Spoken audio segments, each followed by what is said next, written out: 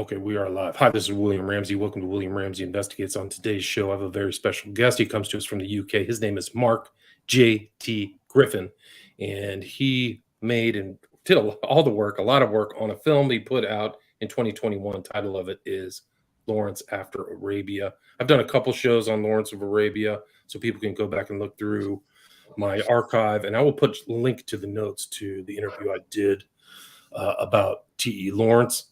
So this was very fascinating. It's a different take on some of the information I knew. Really interesting book, but Mark JT Griffin did.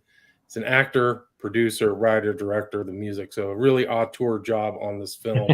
Really fascinating. So welcome to the show, Mark JT. Thanks, William. Great to meet you. Awesome. Yeah, likewise. Thanks for agreeing to the interview. And for people who may not have heard your name or this project, can you kind of go back about your career and what led up to you making this film? Yeah, I mean, my background, I sometimes describe myself as a bit of a polymath. My career has been in what I would call IT. I did a lot of corporate work, running big projects and big companies as what I call a contractor. But in parallel, using the sort of the imaginative side of my brain, I've done a lot of theatrical work, so a lot of writing. I, for example, years ago wrote a biography of Vangelis, the guy that wrote the music for Chariots of Fire, who's just passed, sadly. But I've written 6 novels. I've written some theatre pieces. And I think it was about 12 years ago, I wrote a radio play.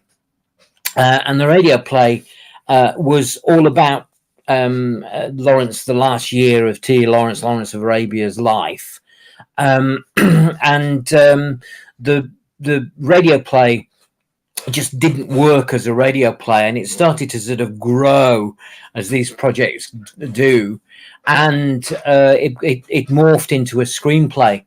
And I worked on it for another 5 or 6 years, as you do, and eventually got it to the state where I thought it was a pretty strong screenplay. I sent it around umpteen production companies. Nobody wanted to pick it up. I got some good feedback, but nobody wanted to take the project on. And I kind of set a notional date in my head and said, if it's not picked up by this date, then I'm going to make it myself. So that's what we did. I'd done some theatre direction before, as I said, quite a bit of writing. I think it was 2016. We took the decision to go ahead with the project, and we started to raise money mainly from our own pot, enough so that if it went bad, we weren't going to be mortgaging our house or anything like that. So we kicked off pre-production in January 2018, and the film was all wrapped up, and it premiered in October 2021, almost 12 months ago. We were slowed down, of course, by COVID, and there was an idea of putting it out to streaming straight away, and we decided against that. We wanted to get it into theaters, we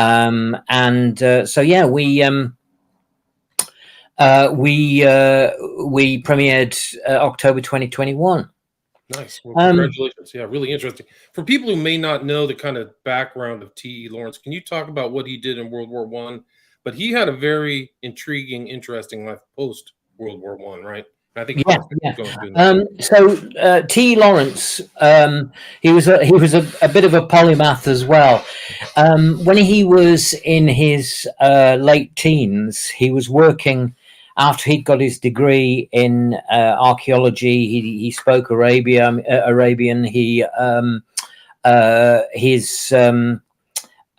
thesis was on the castles of Syria, the medieval castles of Syria, and he traveled through there, right? So he knew firsthand, learned the language. That's it. So by himself too, like he traveled by himself. Very brave. Yeah, correct. I mean, he did a tour, very interestingly, a year or so before around France, doing roughly the same thing, and then he repeated the trip going around, following the route of Coeur de Lion, Richard the Lionheart, and then he did the same in Syria.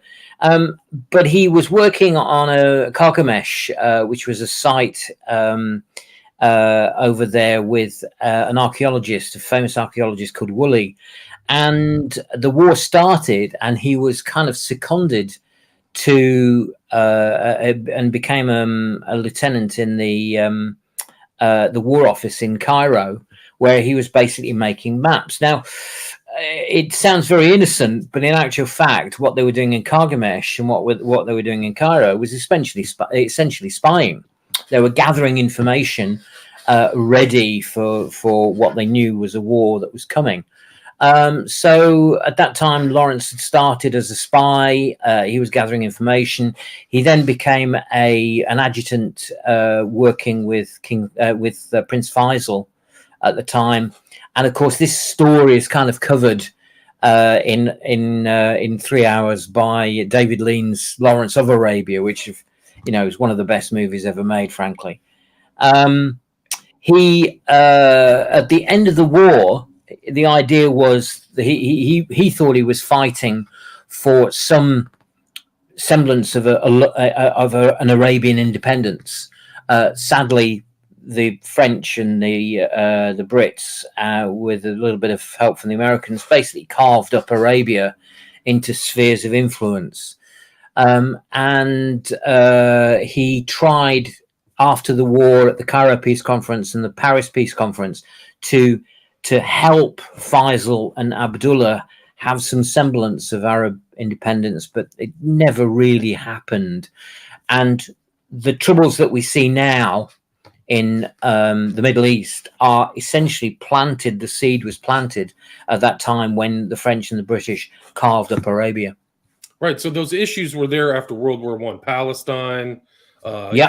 And T. Lawrence became actually kind of designated as a son of Faisal. So they had a very close relationship. Correct. And they all kind of felt betrayed. But that relationship maintained after World War I. He had with. That's right. He after World War I, he found out at the very, very end of World War I that essentially there'd been an agreement put in place called the Sykes-Picot Agreement between the French and the British to have this sort of split of the various Arab nations.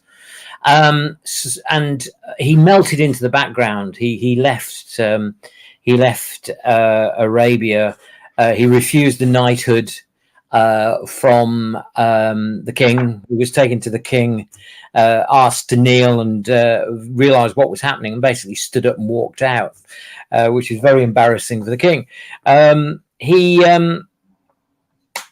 then worked for a few years with, for example, Churchill in the Colonial Office, and then in the early 20s tried to join the army and the RAF under an assumed name, T.E. Ross. It was found out very, very quickly, and to cut a long story short, in the early 20s, he ended up joining the RAF as an aircraftsman, and for the time between then and 1935, the year of his death, he was working at various sites, actually building boats, building very, very fast boats as rescue ships, as fast moving boats, and they are the predecessors of our rescue boats that we have now.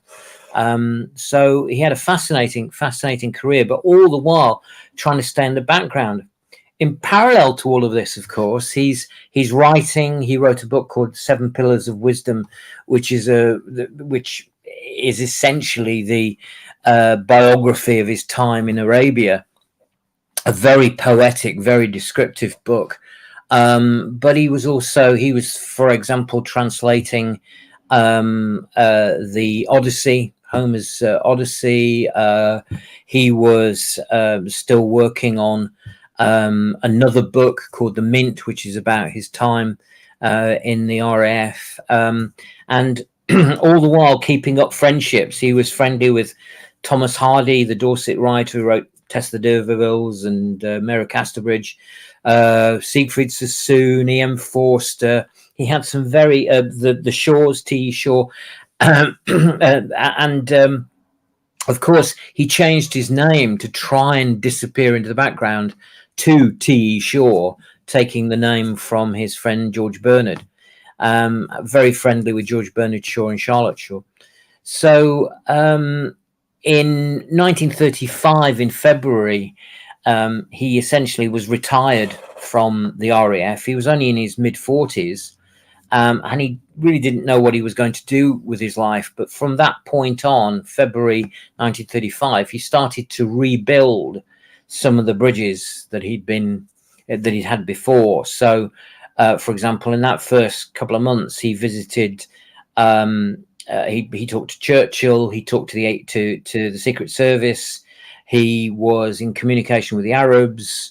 He started to talk to his friend Williamson, Henry Williamson, who was the author of a book called Tarka the Otter, a very famous British author, about connections to Mosley and the British fascists, and a possible meeting with Hitler to try and avert a Second World War. And it was that there were these things that were going on. In the middle of May 1935, 13th of May, he was riding his bike. He'd gone to the local village from the cottage that he lived, which is less than a mile away, posted some letters, sent a telegram to Williamson saying, yeah, great idea about having a meeting. Let's meet up soon. And on his way back, the story goes that he crashed into the back of two boys on bikes. At the time, there were a number of witnesses that saw a black car going in the opposite direction that appeared to interfere with Lawrence. And so always at the time, there was a rumor. The inquest said it was an accident, but it was, the inquest was held the day after, pretty much the day after his death. Funeral the same day as the inquest. It was all Secret Service all over the place, and the place was shut down, and there was a lot of rumors about it being not an accident but an assassination because of the things he was starting to get into. He was always a figure of high repute in the whole country, right? So everybody he had heroic. He had a profile in Britain for that period. Even when he was, he had left Arabia, had nothing to do with Arabia, and was, trying to be this anonymous soldier in the RAF. He was had a profile. There was a story pretty much every day in the paper about him, and he had a profile almost like, he's well beloved, almost like Princess Diana in a way. He was always in the newspapers, always rumored about what he was doing. He was posted. They tried to get him away to India in 1927, and almost immediately the Russians accused him of spying. And indeed, he was spying in the north of India, in Afghanistan, and they very, very quickly shipped him home to get out of that embarrassment. But they offered him like the top position, right? Viceroy in India. Yeah, they offered him a number of positions, and he turned them all down. He turned down this, this knighthood. He turned down any real job. He was quite happy, basically getting his hands dirty, building these speedboats. But all the while in the background, writing the various books that were eventually published. I mean, the story behind Seven Pillars was he'd written a manuscript, and he'd left it on the train. He'd changed trains in Reading Station and left the manuscript on the train. Lost forever. Hey, if that ever turns up, it'd be worth a lot of money. But he basically had to start it all over again and rewrote the whole thing. There'd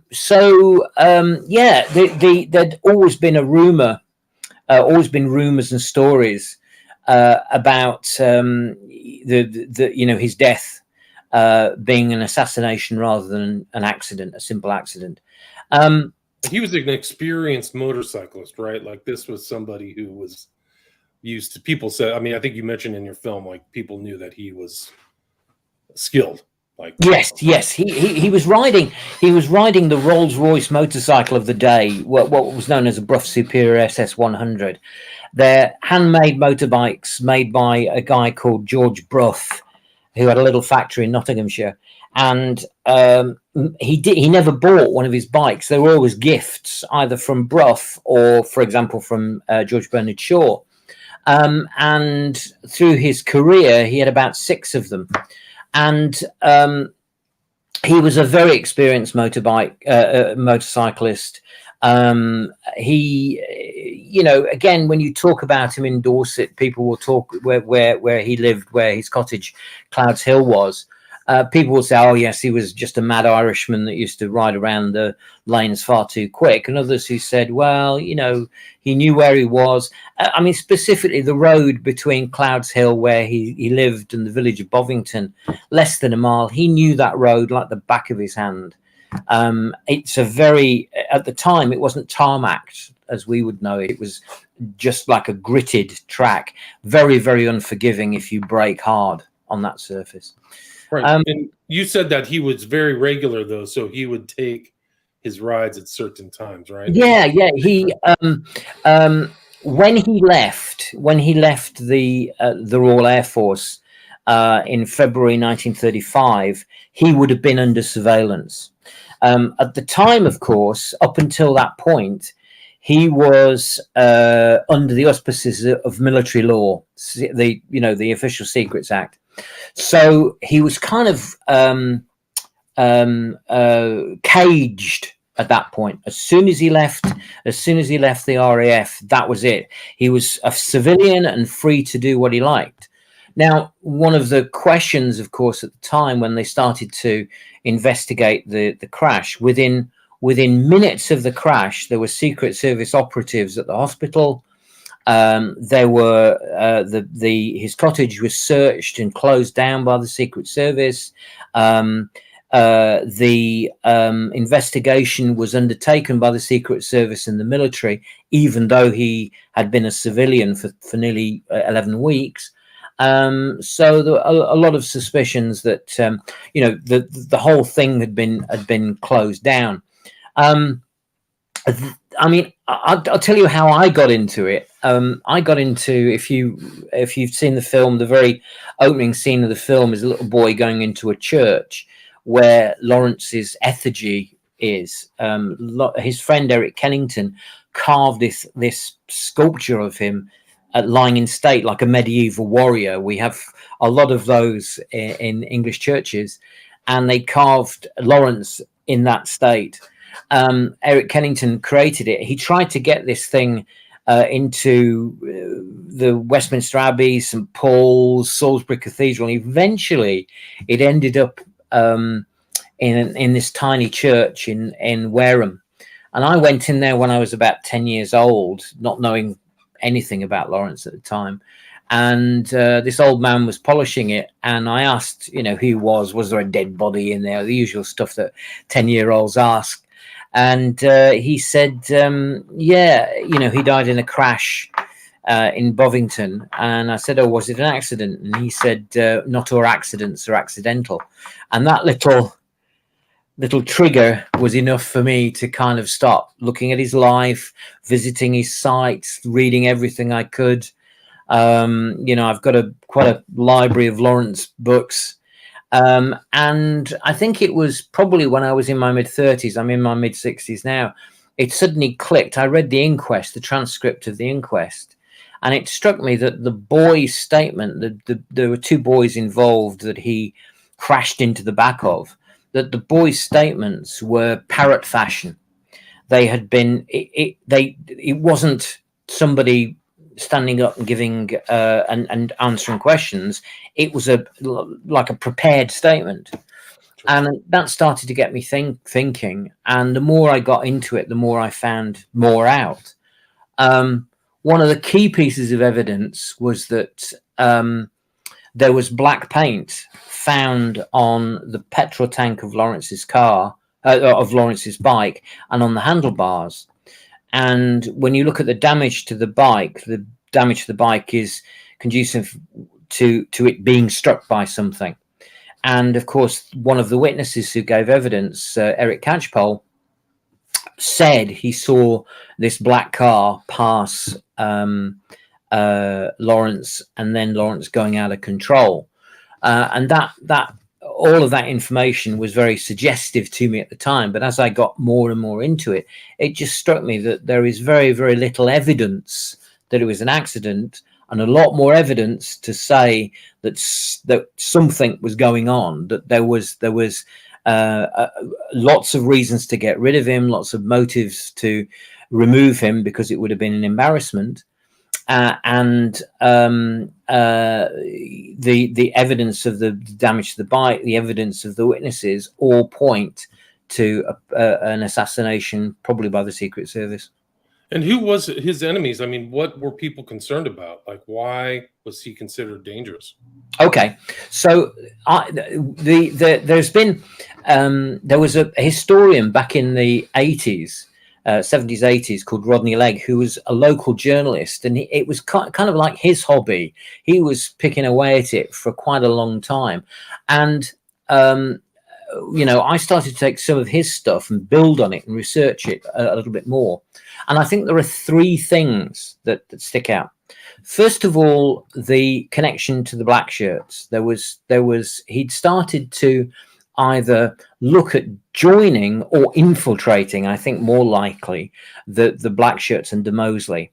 Now, Mosley and the black shirts were the British fascist organization who in 1935 were trying at the time to connect with Hitler. And of course, Hitler was growing in power at that time. He was also an Anglophile, and the idea was that Hitler might, that there was a war coming, and maybe connecting with Hitler, with somebody famous with a profile like Lawrence, might, avoid a war. And of course, Lawrence, who'd lost two brothers and two of his best friends in the First World War, would have been desperate. I think he was a pacifist by that time. Would have been desperate to avoid it. And a meeting, if it was going to mean a meeting with Hitler, he'd have done it. But of course, if you think about the history now, not long after 1936, our new king, Edward VIII, who of course abdicated, met up with Hitler. And there's this film that we've only known about in the last few years, where he's actually, doing the Nazi salute and shaking hands. And of course, that was extremely embarrassing. And if Lawrence had met Hitler, and that would have been on the newsreels, extremely embarrassing. So that's the first thing. The second thing is, at the time, the Arabs were starting to revolt against the Jewish migration to Palestine. The original Balfour Agreement was meant to be 5,000 or 6,000 people per year. In the years 30, I think it was 33, 34, 35, there'd been something in the order of 35 to 40,000 arriving. And King Faisal now, was very concerned about this, because it was starting to change the nature of Palestine and the nature of that area. And he complained in 1934 to the British government. And after his complaint, he stopped off in Switzerland for his health cure, his treatment, and he died there on the day after he arrived. Suggestive that they wanted to get rid of him. Anyway, that continued. The situation in Palestine got worse and worse, and in 1936, the year after Lawrence died, there was a huge uprising which was put down extremely violently by the British. So the suggestion is that Lawrence was in contact with the Arabs and saying, look, I'll do anything that you want. I can maybe be a figurehead and help negotiation or something. So again, if Lawrence had done that, extremely embarrassing. So the final thing that Lawrence was into, and this is quite well documented, is there were suggestions at the time that they reorganized the Secret Service. At the time, the Secret Service was almost like an old boys club. And knowing that a war was coming, they needed reorganization with the various elements of intelligence. So the police, Secret Service, Special Branch, MI5, MI6, bringing all that together under what they call a directorship. Now, the suggestion was, because Lawrence was a spy and took no nonsense, he should head the directorship. Now, with Lawrence's background, the guy that ran the Secret Service at the time was a guy called Kell, Sir Waldegrave Vernon Kell. And Kell founded the Secret Service back in 1911. So if you can imagine, he's run the shop for 25 years. And then somebody comes along and says, look, you're going to get a new boss. It's this guy, Lawrence of Arabia, who, of course, rumored to be gay, a masochist, you know, all of these things. I think something in Kell's head would have popped. And so I think there were things where Lawrence crossed the line, and potentially that line was crossed the day that he sent the telegram to Williamson agreeing to a meeting about a potential meeting with Hitler. And so the directorship, the Arabs, and the black shirts, those are the three things that the British establishment, who didn't like him anyway, would have done something about, and probably crossed the line to get rid of him. So it was just kind of this antagonistic. He was sympathetic to the Arabs, yeah, Zionists or Jews at that time. Maybe saw him as a threat, or he was. You have to think of his background. He was essentially an Irish. I'll use the word. He was an Irish bastard, and that's the way that they would have thought of him in the British establishment.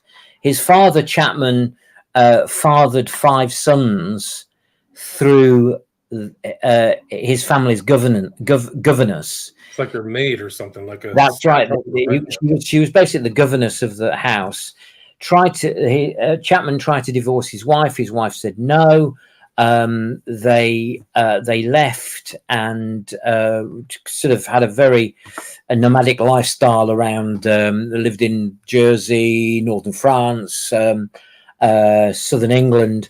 Eventually, when Lawrence was in his early teens, in Oxford, where he was educated and went to university. But Lawrence didn't know about this background at all. He always thought his name was Lawrence until he was 16, and then found out about it. And I think that created quite a rebellious spirit. And, everything about him, he was a loose cannon, very much his own man, refusing a knighthood. I mean, I've only found out in the last few months that he actually was awarded a Victoria Cross, which he didn't accept. But he was gazetted. It's a classic story. He's not a team player. No, yeah, it's a very good description. Not a team player. Yeah, he was when they took Damascus, for example. The Australians got there first, but it was Lawrence and the Arabs who kind of bypassed them and started to try and build up some sort of government in the week or so before Allenby, who was Lawrence's boss, if you think about it, got there. So no, he was definitely not a team player. Like a rival. Even Allenby's going up the coast. He's going up through modern day Jordan towards Damascus. And one of the aspects a lot of people don't know about T. Lawrence is his writing skills were really first rate. I mean, he was a superb, I would call him master of the English. Oh yeah, he was Seven Pillars of Wisdom is a hard read. It's a tough read. I've only read it twice, and it's taken me it's the sort of book that you read about 3 or 4 pages and you stop and take a breath and a stiff whiskey and then carry on. It's a tough book, very poetic. A lot of people said that it's also questionable in terms of his of the truth of it, but you can't really fault the English language in it. It's fantastic, very well written. the other one, the Mint and stuff, so he's writing Yeah. a lot off. He's like, and he was being followed. He in the film, you have him, he has the knowledge that somebody's going into his cottage and rifling through his stuff. Yeah, yeah. As I said, from the time, it's inconceivable given Lawrence's connections, which are kind of illustrated in the book, actually a lot better than the film. It's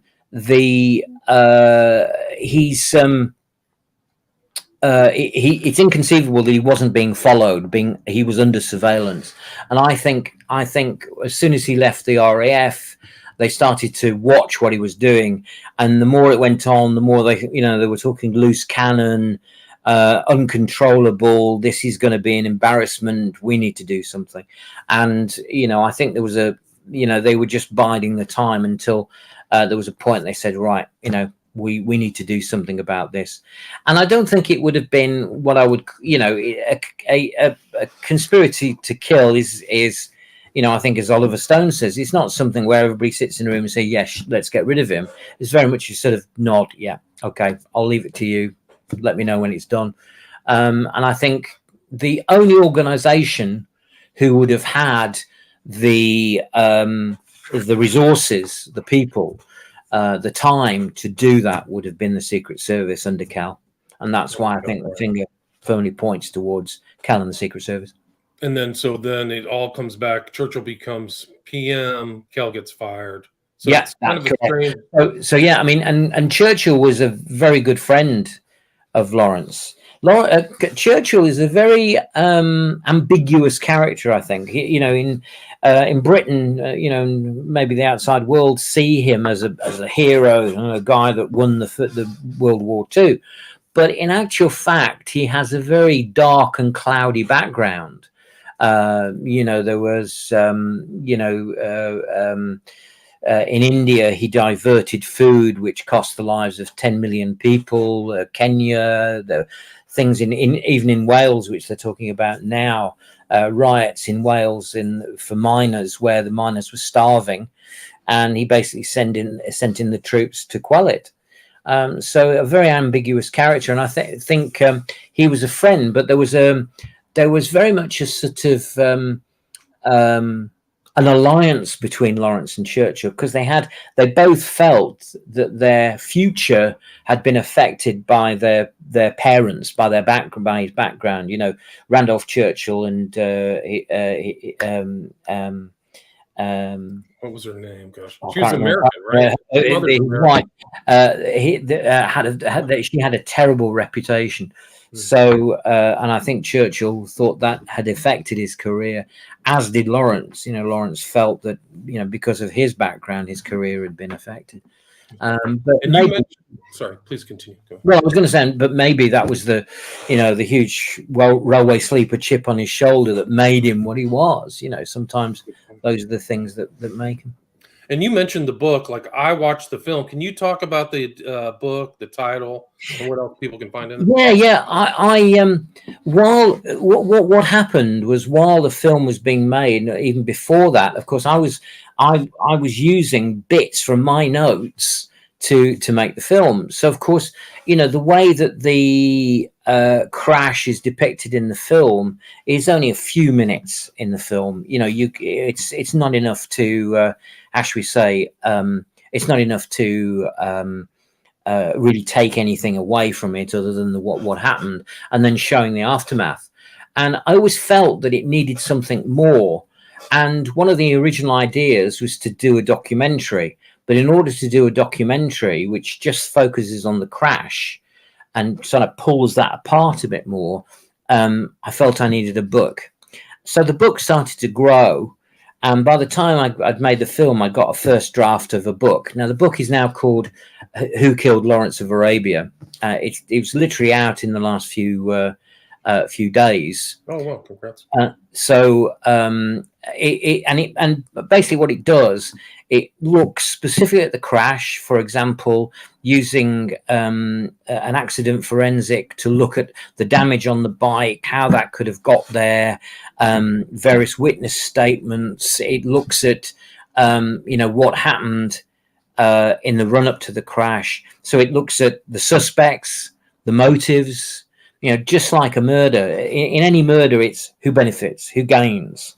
So the book looks at who are the suspects, looks at his connections, and then looks at the aftermath and what happened. You know, there was, for example, if you look at the inquest, on the morning of the inquest, Ralph Neville Jones, the coroner, basically said got a call saying, not sure whether it's going to be there, but take a look. It's probably on my website. Actually, is the better one. Okay. Lawrence After Arabia. In the what happened was, on the morning of the inquest, Ralph Neville Jones basically got a call from a senior government official, basically saying, "Wrap it up, accidental death. 2:00. There's a train of dignitaries coming from London to this little village for the funeral, so it better be wrapped up and done." So in his opening statement, he basically says, I've looked at what we have, and I think at the end of it, you'll agree it's probably an accidental death. And that was at the very, very start of the inquest. So there was no effort ever to find the black car. The catchpole was questioned. The sad thing about Catchpole was after the inquest, because he stuck to his story rigidly, the papers tried to do a hatchet job on him, but all the evidence I've seen is he was straight arrow. There were other deaths surrounding T.E. Lawrence too. That's always kind of well, Catchpole was immediately shipped off to shipped abroad. He ended up in Egypt, and in July 1940, he shot himself. He committed suicide, and that was and I always think it was the pressure of being taken away from his family. There was another Arab guy, right? Yeah. I beg pardon? There was another Arab guy who got hit by a car. Yeah, well, Faisal, he went to Switzerland, and it looks like he was poisoned. The funny thing is, the manager who found his body died of the same poison. Oh, so what is going on there? You know. So he was a dangerous guy to be around. Very dangerous. And where's the best place for people to watch Lawrence After Arabia and get the book? Well, if they go to my website, which you've got up there, that button in the top right-hand corner, if they click on there, that will take you to Vimeo, and you can watch it on Vimeo. But it's also on Amazon Prime. It's also now available on. There's a few links there that you can go to. Vimeo, Amazon Prime. Yeah, the director's cut I quite like, because it sort of tightens the story quite nice. There's also the DVD is now out, and I've made the DVD so you can watch it in any region. It's region free, so if you watch it in the States, in Australia, or anywhere, it's region free. If you go to shop, you can on that button there, William. Yeah, that's good. There's the book. The book is there it is. There you go. That's the book. Gotcha. And that's like a screenshot from the film. So yeah, correct. Yeah. And the best place to contact you is through your website, Lawrence. Yeah, there's a click on there, and there's an email that will come straight to me if people want to reach out, either buy the book, the DVD, or ask me any questions. I'm quite happy for people to contact me. Often what happens is people will contact me and say, "Oh, did you know that?" Which is quite interesting. It's been a fascinating project. The idea is, now the book's out, I'm talking to the crew that made the film, and the idea is maybe to get a documentary made during 2023. So we'll just see if we can raise the money and get it done. Keep an eye out for it. And again, the name of the book is different than the film. The film is Lawrence After Arabia. Who Killed Lawrence of Arabia. The director, author, writer, musician is Mark JT Griffin. And I will put all the links to your stuff in the show notes. That'd be great. Thank you very much, William. Thank you. Take care. Really great talk. I really appreciate it. Okay. Cheers. Thanks. Cheers. Stay there.